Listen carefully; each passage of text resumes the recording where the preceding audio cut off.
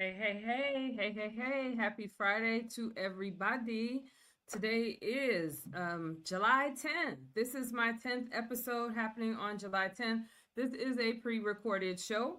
I have some things going on, but I wanted to make sure that I brought you all the good information in the reparations world. A couple of weeks ago, in my reparations minute, and I guess we will have a reparations minute tonight. But in my reparations minute, I featured Assembly Member Diane Dixon from Newport Beach.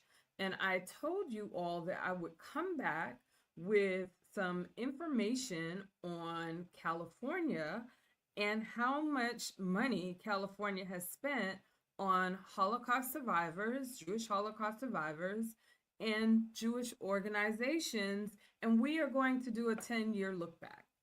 And once we do our 10-year look back, we can see whether or not Assembly member Diane Dixon from Newport Beach, Assembly District 72, is reasonable or not. I am Friday Jones. I am the host of Friday Jones Uncensored, and this is a show where we continuously build a reparations mindset, sharing information, looking at legal cases, and looking at all things through a reparations lens. And tonight we are going to hop right into it because, as usual, I think I got about at least 10 screens to go through to get through tonight's show. And we're going to start, of course, tonight we're going to start with Diane Dixon, right? So let me pull her up on the screen and we are going to get right to it. For those of you who did not see the broadcast on Diane Dixon, I suggest you go back. I don't remember what episode it was at this point in time, but you can see that initial video. And tonight we're going to do something different, but we want to thank Assembly Member Diane Dixon for bringing her feelings to our attention. So let's hit the play button and you guys can see for yourself what she has going on. Oops, I think I need to play it back. Here, let's re up the page on Instagram and let's start from the beginning. Laying the groundwork for reparations payments, and they don't want anyone to know what's happening. There is a bill sneaking through the legislative process that will change the tax code so that reparation payments won't be taxed. They're not debating if reparations are coming. They're already writing the rules for when they arrive. This is how it starts. I've been in Sacramento now for 4 years, but I already know the schemes of bad policymaking. First, they lay the groundwork. Then they patiently wait for the right time. Oftentimes, in the last days of the legislative session, when we work past midnight, to sneak something in with a bad bill. I have voted against every reparations measure that has come before me, including opposing this bill twice. Follow me here. I will keep you updated and share how you can join me as I continue the fight to stop this. This is not the right path for California. So I'm going to argue if something is not the right path for California, then to me, it's not the right path for anyone. And I make that argument because very often our legislators seem to think that when there is existing precedents for law, and full disclosure, I'm not an attorney, but when there is existing law, when that law becomes applicable to American freedmen, when it's tied to reparations, when it means that this country, and in this case, the state of California, has to do atonement some kind of way, that law is somehow not good enough for us. And so I tonight really intend to just get rid of that thinking because it's inappropriate. You can see that she got about 13,000 likes. So she has some people who are liking her ideology, but her ideology is steeped in hate rhetoric. And there's no other way to say it. Racism is running rampant. I think that she has Confederate ideology. I don't think that she is very different from the 1800 Congress. that brought the Confederates back instead of charging them with treason. I think her ideas are antiquated, and she's been in office for 4 years and she's talking about how things are done. She would know because that's the system that's built. And a lot of shady things happen at night, not reparations being one of them. They've been happening for the past 5 years, 6 years, and she's just been disinterested until this particular moment in time. But just for a point of reference, 4th of July did happen and Newport Beach wound up in the news. So let's take a look at a video of her constituents. Okay, we're gonna look at the Newport Beach constituents thanks to this good brother. I believe his name is Michael V. Fisher II. So Michael V. Fisher, he posted this video, and we are going to get into it. Let's make him bigger, and let's go. I put this compilation video together because yesterday, look, they had horses out there. These are all YT people and citizens of Newport. Nigga, don't try to do that shit to us, okay? We didn't go over there and tear y'all shit. I'm gonna have to do some bleeping. Comments and usual no, it is the usual suspects, okay? And I hate to get on here and sound like that, but I'm tired of being blamed. My race being blamed. It's annoying. It's annoying. Mexicans do something, they blame. White people do something, that's why I put this video together. You guys are full of it. Don't try to blame out-of-towners. Oh, they came from out of town. Of course they're not from here. Eat it. These are your children, your people, okay? Don't blame.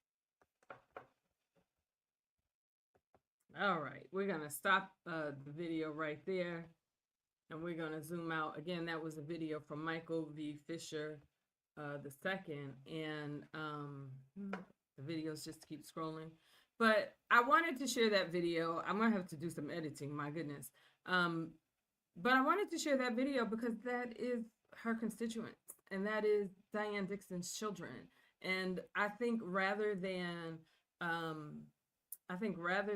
her focusing on reparations and what she doesn't want to do for reparations, it looks to me like she needs to focus on the youth and their lack of available resources, their lack of engagement by Diane Dixon. And so every time I saw the Newport Beach brawl, I said, I blame the legislator. I blame the leadership, because if those young people had some things to do, they would not have idle time. And some information about Diane Dixon. Again, she is from Assembly District 72 in Newport Beach. She's been in office since December 5th, 2022. Her current term actually ends December of this year. She has been on the following committees. So she's on the Appropriations Committee. That's going to be interesting as we kind of go through 2022. She came in December 2020, I think 4 in 2025, where we had big numbers being spent by the budget. Even though she voted no on the budget, the reality is she's on appropriations. These things did kind of happen under her watch. And she, as leadership, has to take accountability instead of fighting and being anti-reparations. She's also on the Committee for Governmental Organization. She's on the Banking and Finance Committee, Judiciary, and Rules. Rules are the laws, what laws are written, and that's probably how this bill came to her attention, because it's the writing of a law. But we're going to have an aha moment later on in the show. So a couple of things that Diane said in this video is how she hasn't voted, for any of the reparations bills that have come in, but she specifically referenced two bills in the video. She referenced, she referenced SB, I think 518, And she did vote no on SB 518, and that was the Bureau for Descendants of American Slavery by Keela Weber, Dr. Shirley Weber's daughter, who is now representing her constituents down in San Diego. And I just want to bring you all into her voting. She didn't lie on that. And so let's get into that. Let me bring that up for you, adding it to the stage now. So this is SB 518, Descendants of Enslaved Persons Reparations Bill, came in the 2025-2026 package. This has since been signed into law, but what I want you all to see, I actually want you all to see her voting no. And she started, I think, in July with this vote here from the judiciary. Again, that's the committee that she is on. So she did vote no. Her, Macedo, and Sanchez voted no in July. In August, when it went to appropriations, again, she is on appropriations. So she's on two very powerful committees because it went to judiciary first and then to appropriations, where she and Sanchez again voted no. Tanjipa, who is authoring a bill this year on genealogy, it's interesting for him to have voted no on this, but he did. And then when it passed on the assembly floor in September, again, we have Diane Dixon right here voting no on the bill for, I believe this is the Bureau bill, if I'm correct. Let me get to the text. And it was, again, signed into law, establishing information and evidentiary documentation on the institution of slavery colonies and so on and so forth, and it's establishing a civil rights department in order to investigate and prosecute complaints, right? And then the bill would establish a Bureau for Descendants of American Slavery within that department. So that bill has passed. Diane Dixon, true to her word, voted no all the way through. However, the bill that she is fighting against, which also passed, is this 2186 personal income tax law. And every couple of years, the state of California changes its tax law. I mean, the IRS changes its tax law. Every other year, we got to learn what we can and cannot do. And so the existing law, just to bring it here, I want you all to know what code, what California statute is being addressed by Diane Dixon of Newport Beach, where the young people were wilding out over the 4th of July. But it's this, the California Tax Code, Revenue and Taxation Code, Division 2 of Other Taxes, Part 10, Personal Income Tax. And it's this section 171392, 1713.9.2. And in this law, it basically says, beginning this tax year, we are going to either tax or not tax something. And the proposed language that was going in is based on this law. And let's get to the text. It basically, this was introduced by Tina McKenna, Assemblymember McKenna, and it says personal income tax law is basically going to be modified for exclusions of reparations programs, okay? It's going to conform with federal income tax laws and defining gross income, basically for any laws instituted between January 1st, 2028 and January 1st, 2033, those reparations benefits would be excluded from gross income. All right, that is the law that spawned Miss Diane Dixon of Newport Beach to come out being anti-reparations, showing her Confederate colors, and being very racist in her use and wielding of power. Unfortunately, these people cannot be sued while they're in office. So she gets to wield her power. And I said it in my last video, it's worth saying again, that California is the fifth largest economy in the world. And to go along with the fifth largest economy in the world, we actually, in the state of California, have the fifth largest Black population, predominantly American freedmen population in all of the states in the United States. So at 2.6 million people here, even though we might be 6% of the state population, we are still one of the largest Black American freedmen populations in the United States of America. And that is significant. And we're going to keep this moving because, like I said, I have a lot of information. And the thing about this that is super interesting is that there have been about $450 million allocated, and we're going to get through how the allocations happen, but allocated to the Jewish community through organization work, through budget appropriation work, to the tune of $450 million. Some of the legislation that Diane Dixon did not have to participate in was the infamous 2024 Senator Bradford bills. But if we all recall, those bills were put into a suspense file, which means they were withdrawn from the legislature and no one voted. So her saying she's voted against every one, she voted against the ones that she could vote on.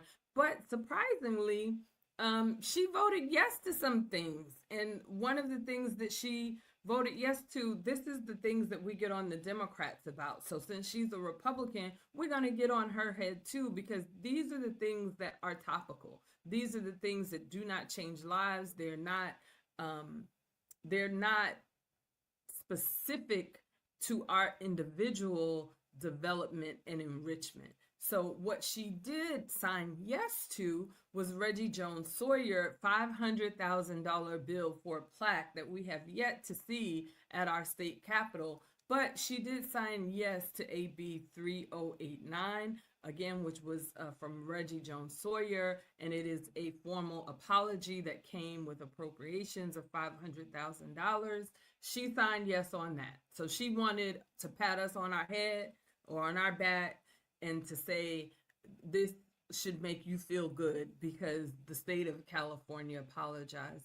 That's not good enough. The Luxembourg agreements made sure there was significant compensation, and it was $400 million in 1950 that was allocated through the Luxembourg agreements, and we have that just in the last 10 years that have been spent by the state of California. So I want people to think about that. She also signed the Crown Act, which, was by Akilah Weber for hair, so that Black people could walk around with their hair looking like mine looks today at work without being harassed at work, and being allowed to be professional. So she did sign that. Not that it's a reparations bill, but it is pro Black American, letting us be in our natural states as we were made. And then the Senate stalled, I guess, on ACR 135, which acknowledged the residual impact of slavery. It did make some strides, but it essentially was stalled at the Senate level, and she's on the Assembly side. So those things were worthy of mentioning. And so we're going to get into some of these bills that were put into law. And I did a search, California Holocaust Survivor Assistance, because this made some news some years ago, and we're going to get into the legislation. But just from the Google search, the one that caught my attention was this one, $136 million. $136 million, and the Non-Human Rights Project posted this, but this was for nonprofit security. Nonprofit security, Jewish California Action Alert. $100 million. This was part of the 2026 to 2027 video. And so the leaders included $100 million, and this is an organization, I have it written somewhere in my notes, but the CSNSGP, and $36 million to HSAP funding in the final budget, and the $100 million was for security. We have FBI information right now. We have FBI information that Black Americans have been the most victimized people when it comes to hate crimes. There's been a steady rise since COVID. And so we see that the Jewish family got money. We see that the Asian family got money. We see that the American Freedmen family didn't get anything. We didn't get legislation. We didn't get significant set-asides that are intended to secure us and our churches in any way, to secure our children at school from anti-hate. We have a lot of schools where our children are called mayates and negros and all these, disparaging words in their self-esteem. There have been fights, particularly at the high school level in South LA around this racism issue, and schools and assistant principals, who are usually the security advisors, are not adequately dealing with it. We didn't get $100 million, okay? In the 2022 to 2023 budget, there was a Holocaust Survivor Assistance Program, okay? And again, this came out in the 2026 and 2027 budget. And I want to get into the trailer bills where this information lies. And let me see if I can make this larger. I gotta move it. But $160,000, okay? This was for a security grant for nonprofit organizations that targets hate-motivated violence and hate crimes. Again, Black Americans since COVID have been the #1 targets of hate crimes. And there is no legislation that has been brought into our community. And we have Diane Dixon talking about what she will not support. The question, Diane Dixon, is will you support a security grant program for Black Americans at our churches and where our children go to school, so that we are protected in our own communities? Because we could use $100 million, particularly around conflict resolution. And we've been talking in Los Angeles for years, thanks to Black Lives Matter, about defunding the police, but defunding the police because they have such an excessive budget, so that we could have health services, mental health services, conflict resolution services within our community. And $100 million would go far, particularly for 2-year programs, to make sure that those kinds of things happen. $183 million.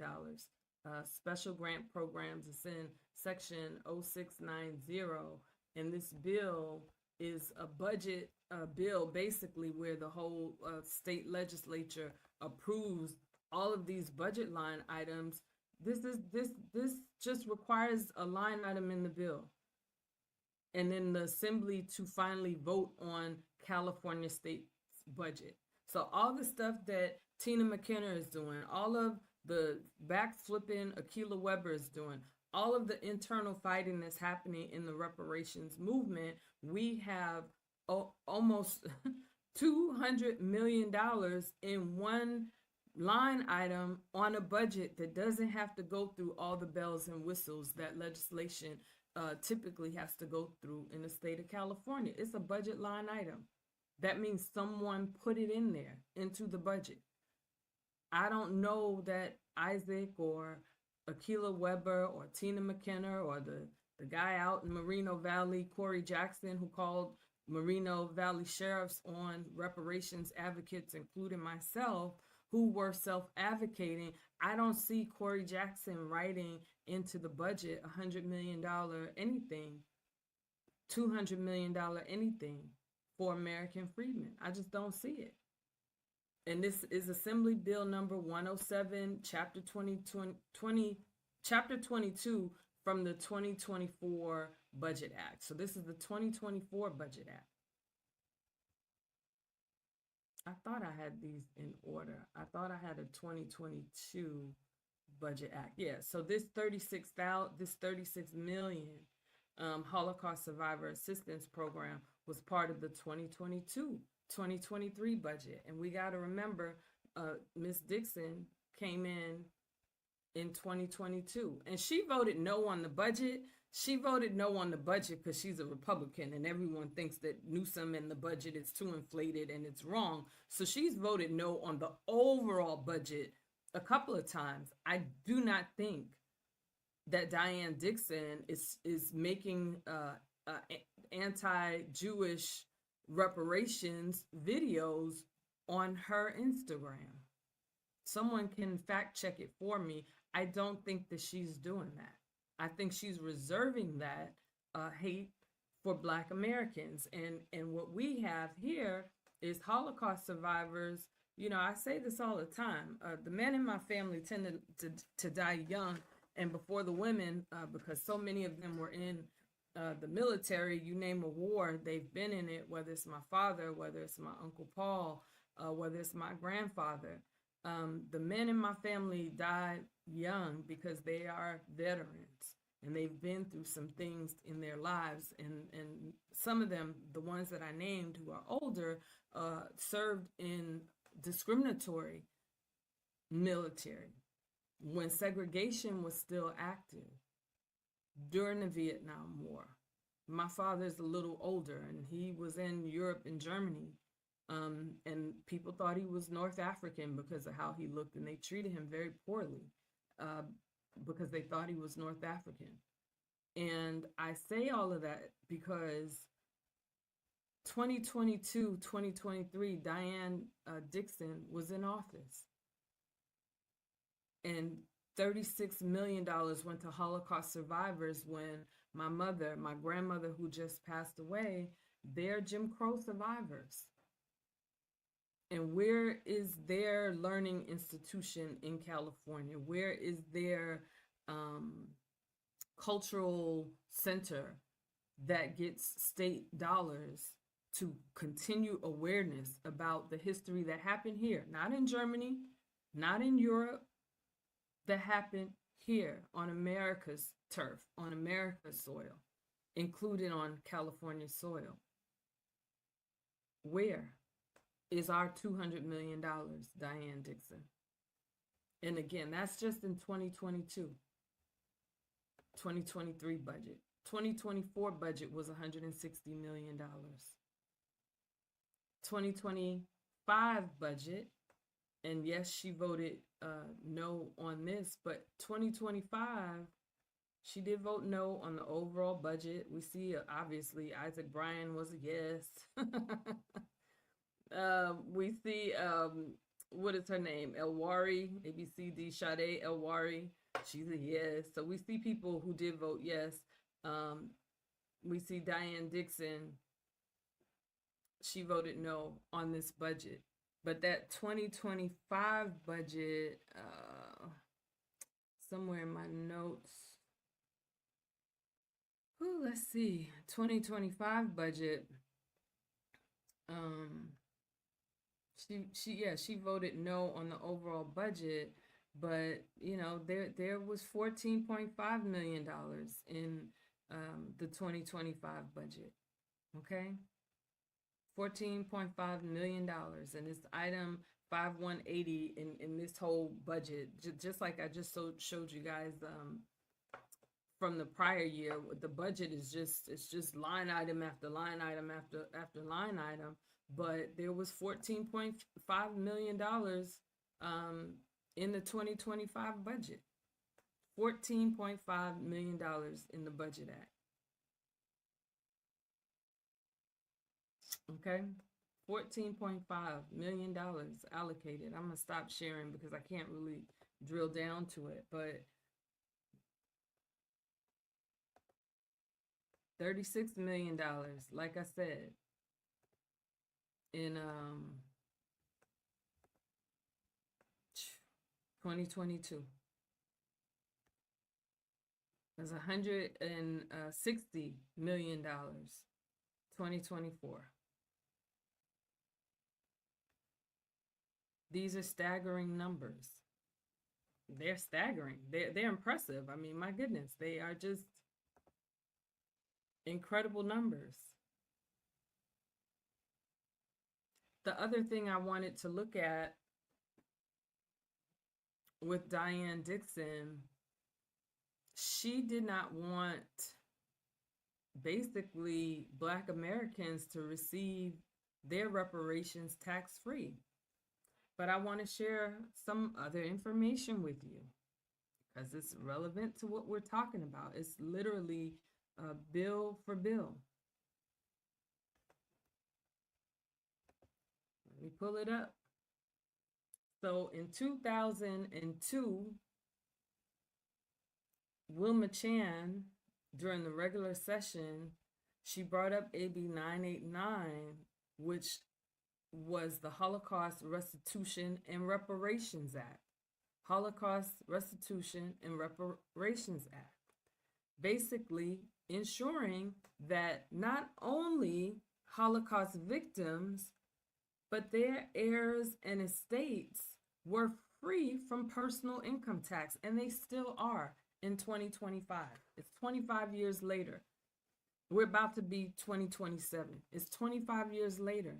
This still rings true. When it comes to receiving public benefits, whether it's disability insurance or public services, and you have to report your income for Medicare, for those people turning 65 years old that would be entitled to Medicare, their Holocaust income is excluded from that computation, ensuring that more people receive social services. So the Black people are good enough to pay our taxes. We're good enough to subsidize these programs, but we are not good enough to receive literally similarly linguistic, similar reparations. American freedmen are not entitled to what already exists. Diane Dixon, make it make sense. If it's good enough for Holocaust, not just the survivors, because we as American freedmen are descendants of persons who were enslaved in the United States of America. There are living Jim Crow survivors, but it's also applicable to their heirs and estates. And Diane Dixon, if it's good enough for Holocaust victims and their heirs and estates, it's good enough for American freedmen. You need to get your American priorities in order. Period.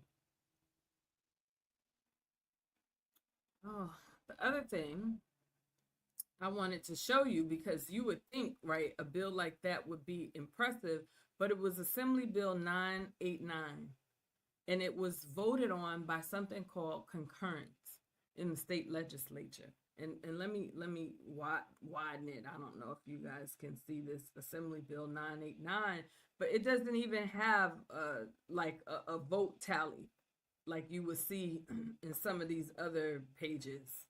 Like you see actual ayes and noes. No, it was voted on. I probably won't find it again. But it was Bill 989, and it was voted on by concurrence, which means basically a group of folks agreed, and they agreed to let a small number of people vote it in. This bill was walked in 2002, 25 years ago.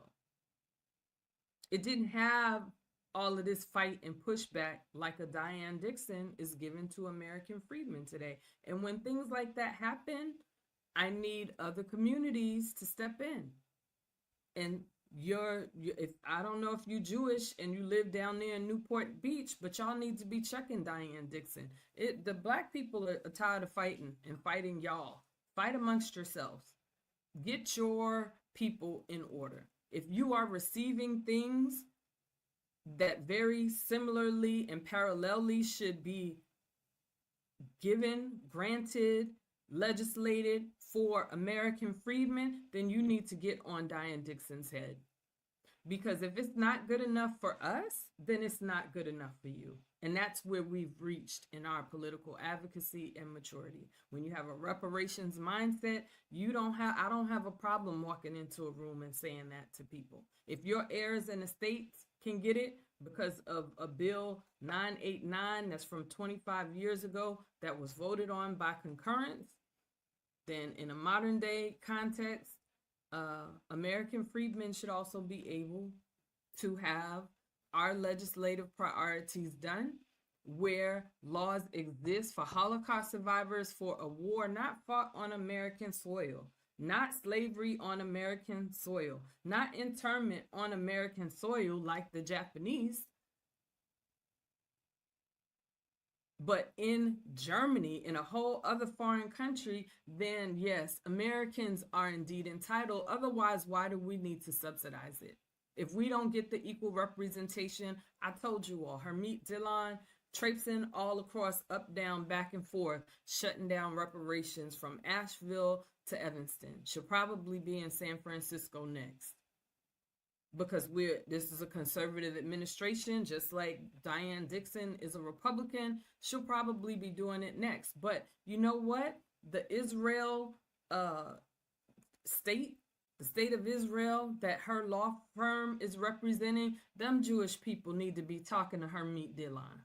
If it's good enough for the Jewish people who came here in the 1950s after the war, and we're not even talking about the 1,600 doctors. I don't know who saw the MK Ultra session last week, but you should go look at the MK Ultra session, because they had a place, a house, a clinic in Germany where they were doing MK Ultra testing on actual German people. But you know what else? They talked about Operation Paperclip with the CIA, and Operation Paperclip brought 1,600 who should have been war criminals, but they were war criminal scientists, to the United States.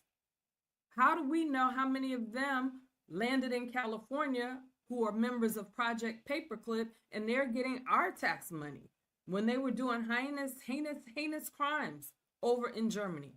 But they got to immigrate to the United States. They got to have the Luxembourg Agreement that ensured that they would receive reparations benefits. And then the United States, some years later, decided that any Holocaust victims, their heirs or estates, should be receiving that money tax-free, which means all of America is subsidizing. And if it's good enough for Holocaust victims, if it's good enough for Paperclip, people who were part of war crimes but immigrated to the United States under the CIA's program, is good enough for American freedmen. It really is that simple. And Diane Dixon, you need to be a better American. You're a terrible American. If you were a real American, you would be with the program. And since she's not with the program, I'm going to need all those people in Newport Beach who are Jewish and whose mother, grandma, auntie, whoever is receiving these tax-free benefits, is getting their Medicare tax-free. They don't have to report that income. I need y'all to talk to Diane Dixon. It's your job. It's your responsibility. All them kids that were in the video wilding out, if you a parent of one of them, talk to Diane Dixon. She's your responsibility. She should be held accountable because she's been in office since 2022. And this $450 million since 2015. But the significant half of it just happened in the last few years under her watch. And if it's good enough for those communities, it's good enough for us. There's a couple of things I wanted to share. I've already talked about this, but I can show it when it comes to the Medicare side of things. They expanded for Medi-Cal programs, for mental health services, for welfare directors and administrative officers. The exemption for Holocaust restitution removes these things. And again, the new provisions includes all restitution payments received by an eligible individual who was persecuted on the basis of race, religion, physical or mental disability, or sexual orientation by Nazi Germany and any other Axis regime or any Nazi-controlled, Nazi-allied country. Includes the individual's heirs and the individual's estate. So apparently we can do race-based policy, Hermit Delon. Apparently we can do race-specific policy. It's in California's tax code. It was expanded to include welfare programs. So apparently we can do race-based programs. And I don't know, is this narrowly tailored enough?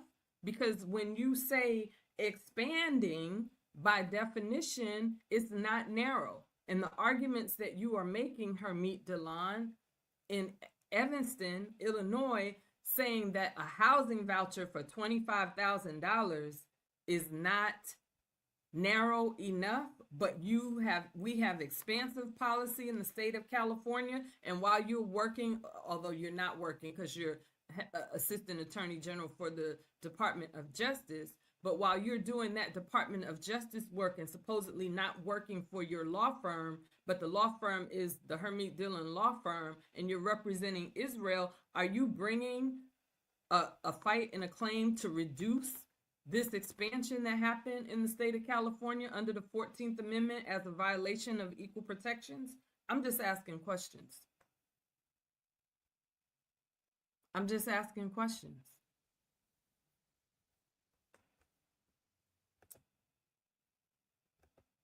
This is the last screen, and then I'm going to wrap this up. But this website, jewishcal.org, and I wanted to highlight them because they're Jewish California. They're a PAC. They lobby up in Sacramento, Jewish Public Affairs Committee of California, Jewish California, nation's largest statewide coalition of Jewish organizations. And I'm going to leave this message for NCOBRA, for NARC. I could name like specific names, but Liberation Ventures,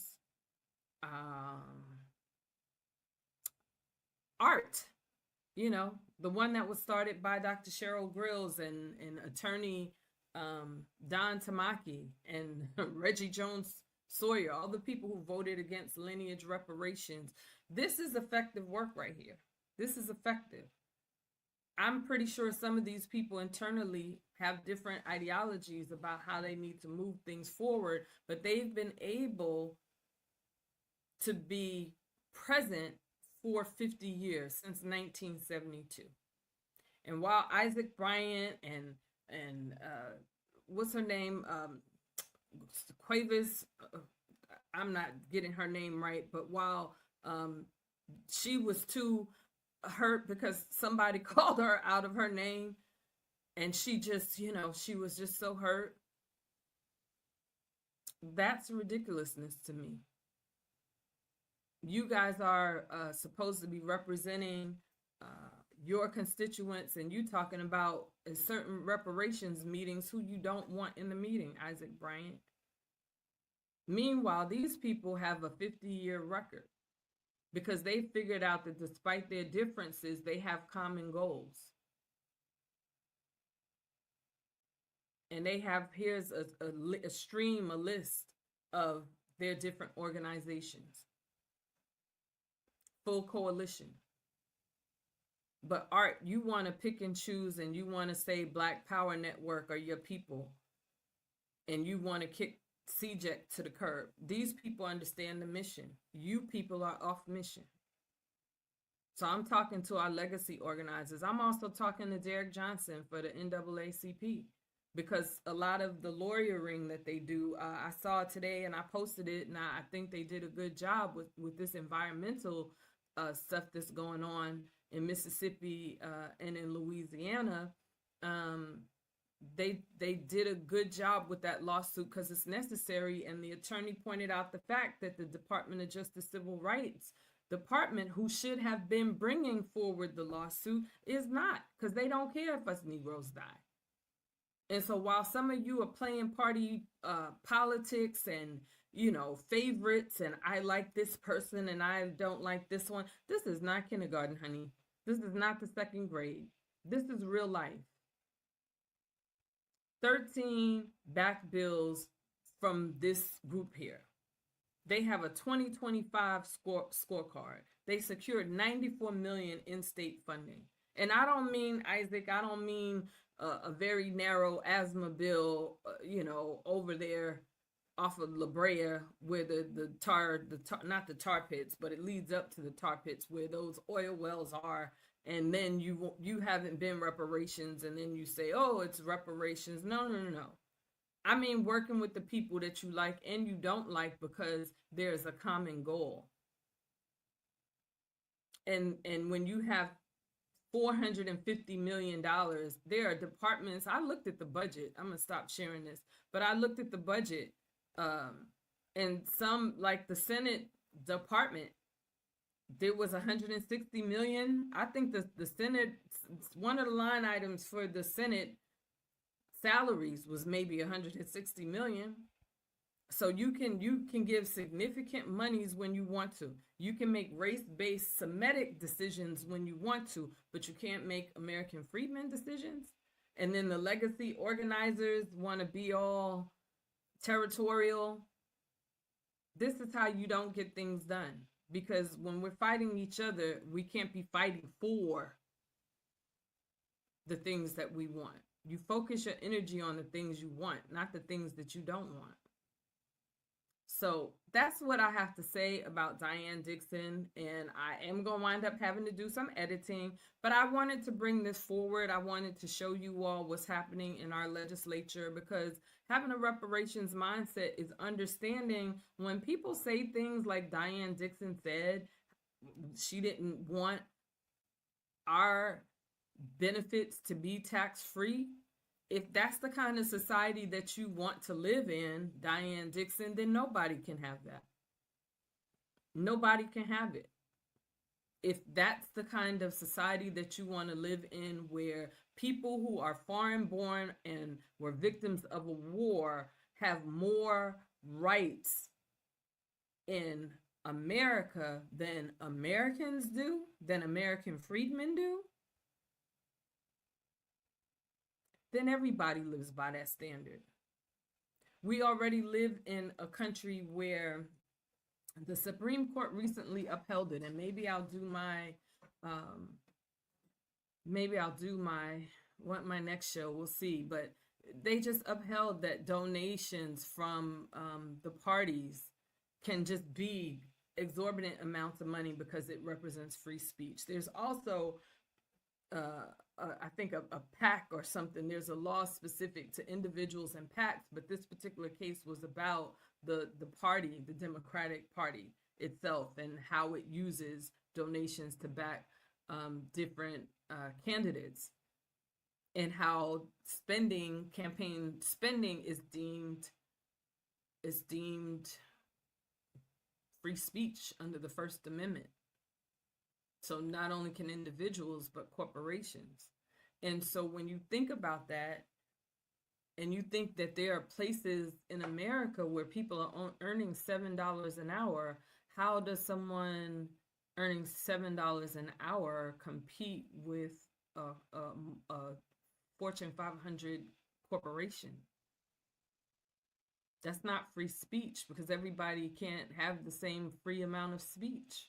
If you don't have the money, if the dollar is what it takes to mandate your ability to make the speech, then there should be caps on it that reflect the earning potential of individuals within a jurisdiction. And that's not a foreign concept, because it happens with per diems. If you ever traveled and you have a job, if you are in the entertainment industry and you have to travel, you're shooting a film in Mississippi, you're shooting something in Los Angeles, California, you shooting something up in Alaska, then you down to Puerto Rico.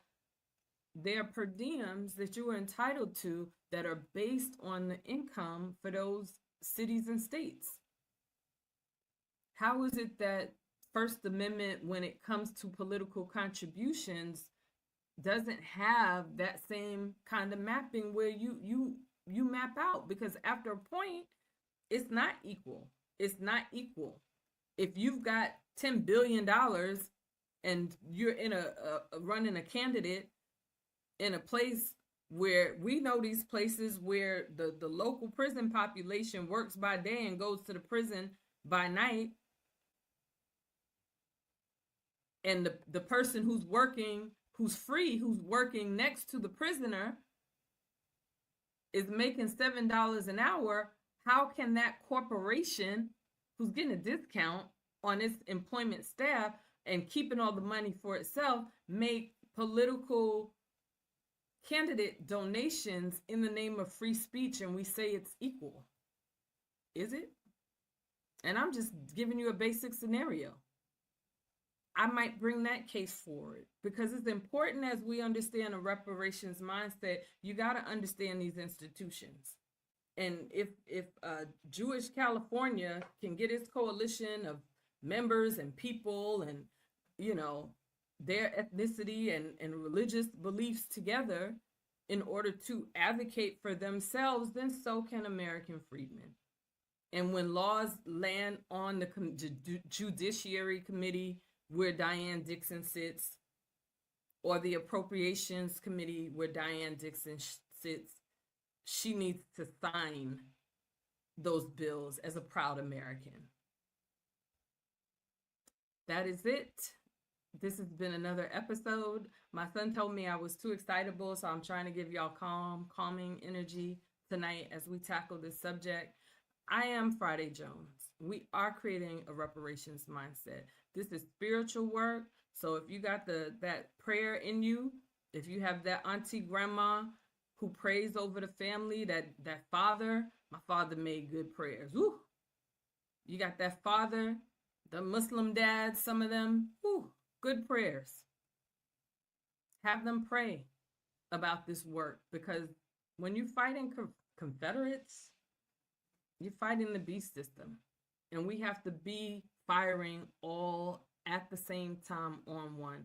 And I will say this again, for the legacy organizers, for Isaac Bryant, if any of his staffers are listening, for Narcan and Cobra, I don't know who the male and female co-chairs are. I know I still get emails and it's interesting, some of those chats, but I need you all to be thinking like Jewish California and stop fighting the next generation of advocates who are coming up. And I've said this before, I will say it again. American freedmen, we're the only people mentioned in the Constitution. So when you ask us to step to the side and why don't we and why can't we, why should we? Anyone who is our ally, anyone who is from the diaspora should understand that. We are fighting for foundational reparations based on enumerated articles and powers, and the people, we were called other people. The only time I think they referred to us in the Constitution as slaves or slavery is when they were ending it. And so we are those people. We are those American freedmen. If you go back into the congressional records from the 1800s, the late 1800s, and they're talking about the Negroes and whether they should appropriate and what they should and should not do, we're those people.